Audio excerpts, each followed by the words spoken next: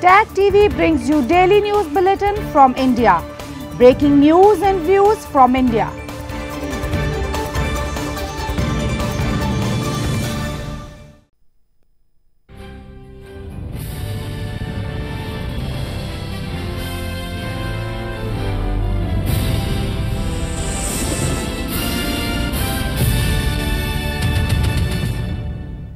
Good evening. Welcome to South Asia Newsline. I'm Lipakshi Khurana.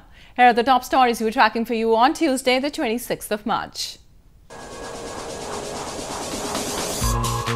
Pakistan's former Premier Nawaz Sharif granted bail for 6 weeks on medical grounds.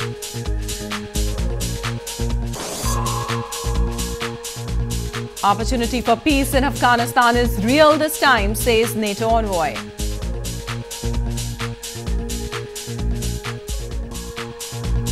And Nepal and Japan ink much-awaited labour agreement.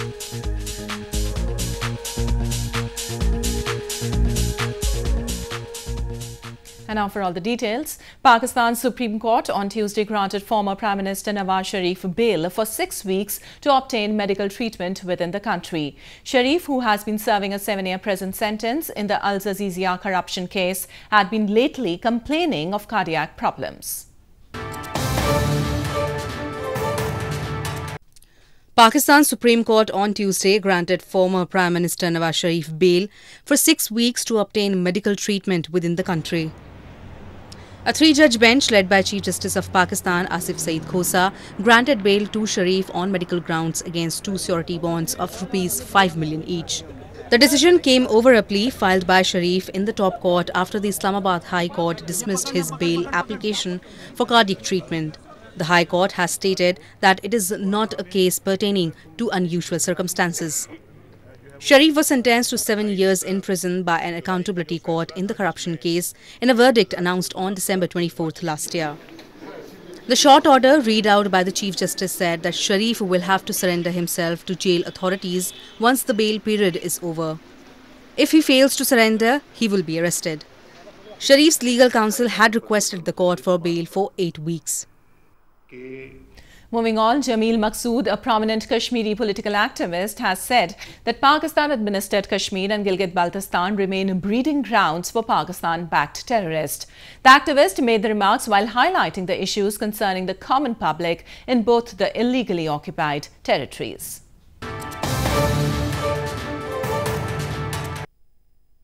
Kashmiri political activist Jamil Maqsood recently expressed concerns over growing extremism and terrorist activities in Pakistan-administered Kashmir and Gilgit-Baltistan, the regions under Pakistan's illegal occupation. Maqsood said Pakistan has been using the territories for its proxy war against India and has given shelter to banned terrorist organizations. He claimed that there are terrorist camps running under the patronage of State of Pakistan in both the illegally occupied territories. The terrorist infrastructure is still intact. Lashkar-e-Taiba, Jaish-e-Mohammed, Harkat al-Ansar, Tehreek al-Mujahideen and dozens of other groups are using POK and Gilgit-Baltistan as a launching pad and as a training camp. So the training camps are still there. The terrorists who are on the run in Pakistani soil, they are taking refuge in Pakistani occupied Kashmir and Gilgit-Baltistan because Pakistan transfer these terrorists to their peripheries, so to create an eyewash for the international community. New Delhi and Washington have long accused Pakistan of arming, training and infiltrating terrorists as proxy to mount attacks in Afghanistan and India. The recent one was a deadly suicide bombing in Pulwama district of India's Jammu and Kashmir on February 14th, which killed at least 40 Indian security personnel. The attack was claimed by Pakistan-based Jaish-e-Mohammed terror group. In news from Afghanistan, NATO's senior civilian representative for Afghanistan, Nicholas K., has said that the opportunity for peace in Afghanistan is real this time. He encouraged all parties to seize the moment and set out an inclusive intra-Afghan dialogue to resolve their issues. NATO's senior civilian representative for Afghanistan, Nicholas K., has said that the opportunity for peace in Afghanistan is real this time. And to ensure lasting peace, there is a dire need to preserve the achievements of the last 18 years in the country. Nicholas K., who previously served as Britain's ambassador to Afghanistan, said in a video on Twitter that he would encourage all parties to seize the moment and set out an inclusive intra-Afghan dialogue to resolve their issues. This year in Afghanistan, I really do believe, is a critical year in deciding whether this country will enjoy the peace that it so much deserves. There's never been a year like this since 2001. The opportunity is real, but the risks are real as well. This moment will not last forever, and I really do encourage all parties to seize the moment. Recent efforts by the United States for Afghan peace have been welcomed among ordinary Afghans, but women in the country have been concerned about a potential compromise on their rights in exchange for peace.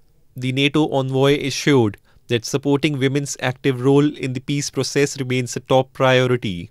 His remarks come as the talks between the US and Taliban in Doha ended after 16 days on March 12th, with an agreement in draft on withdrawal of foreign forces and counter-terrorism assurances.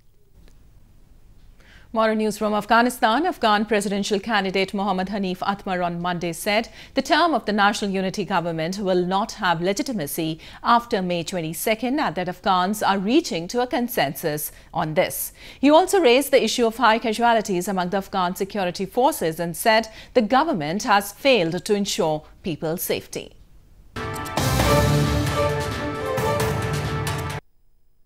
Afghan presidential candidate and former National Security Advisor Mohammad Hanif Atmar on Monday said the term of the National Unity Government or NUG will not have legitimacy after May 22nd and that Afghans are reaching to a consensus about this. Addressing a ceremony on former Vice President Marshal Mohammad Qasim Fahim's death anniversary in Balkh province, Atmar claimed that the government is hindering the peace talks with the Taliban. He also raised the issue of high casualties among Afghan security forces and said the government has failed to ensure people's safety.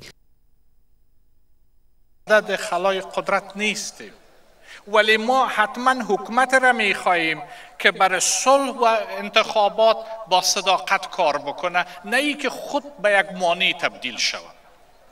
بناهن آوردن حکومت سرپرست و یا موقت بر اساس احکام قانون اساسی ما از اولویت‌های ما خواهد بود. NUG was established based on an agreement between Afghan President Ashraf Ghani and Chief Executive Abdullah in September 2014 after controversial elections. The agreement on NUG was brokered by former US Secretary of State John Kerry. Moving on to news from Nepal. Nepal and Japan signed an agreement on Monday, formally paving the way for migration of Nepali workers to Japan, one of the most lucrative labour destinations for Nepali workers. The pact signed under the government-to-government modality will come into effect from 1st of April and would not include those who went to Japan earlier.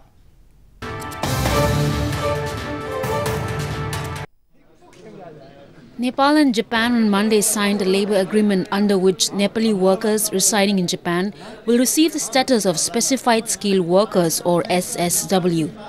SSW is a status of residence applicable to foreigners who hold jobs that require considerable knowledge or experience in specific industry fields, according to the Japanese Foreign Ministry. The agreement term Memorandum of Cooperation or MOC was signed by the Joint Secretary of Nepal's Ministry of Labour, Employment and Social Security Ram Prasad Ghimere and Japanese Ambassador to Nepal Masamichi Saigo. According to the MOC, a separate unit will also be established to facilitate the recruitment process of Nepali workers with the status of residents of SSW. It also states that a joint committee with representatives from both the sides has been established to ensure the proper implementations and to take necessary corrective measures to improve the recruitment. Workers under the first category with certain level of industry-specific skills will be allowed to stay for a maximum of 5 years. A 10-day-long joint field training exercise has been organized in India's western Pune city, in which troops from the Indian Army and several African nations are participating. The exercise is aimed at acquainting the contingents with each other's operational procedures on humanitarian mine action and peacekeeping operations.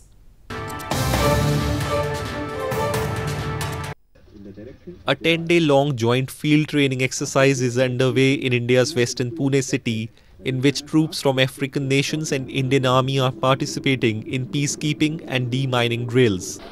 The exercise is aimed at acquainting the contingents with each other's operational procedures on humanitarian mine action and peacekeeping operations under the United Nations mandate. As part of the exercise, the training of contingents include mine risk awareness program, survey and marking of mine-affected areas, manual and mechanical methods of demining, besides handling and disposal techniques for improvised explosive devices.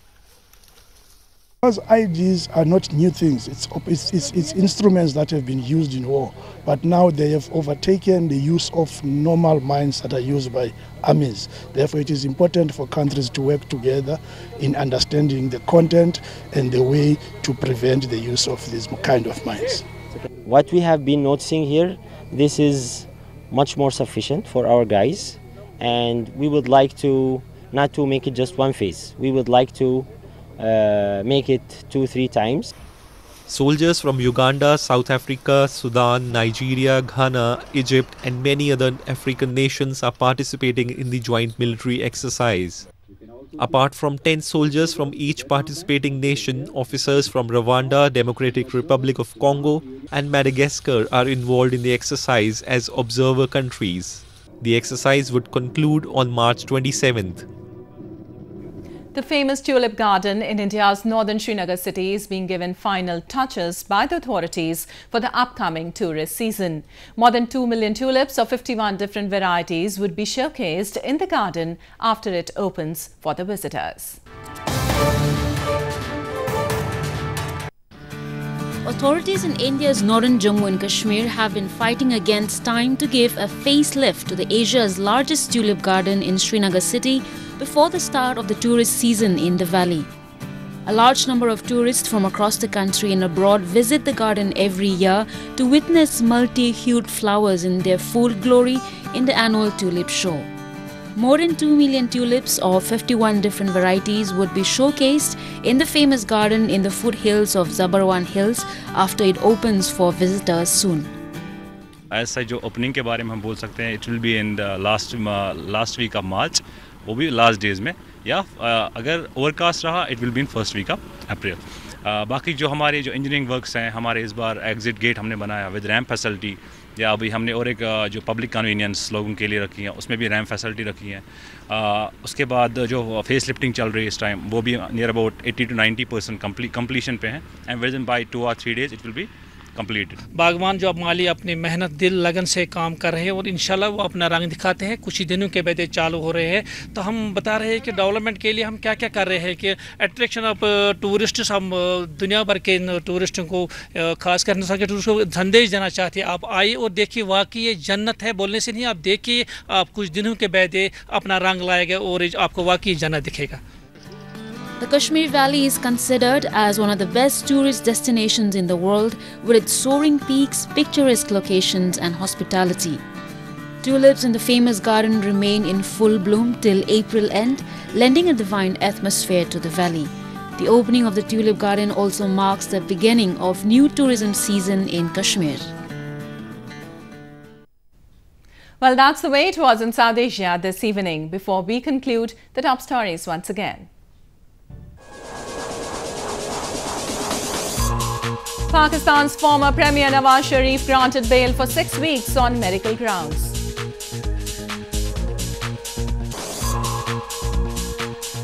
Opportunity for peace in Afghanistan is real this time, says NATO envoy.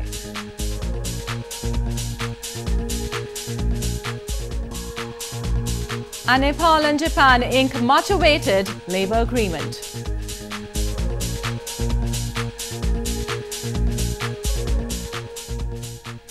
Now our viewers can watch the show on SouthAsiaNewsline.com. You can also visit us on Facebook.com/SAsiaNewsline and follow us on Twitter @SAsiaNewsline. That's all in tonight's edition. We'll see you same time tomorrow. Good night.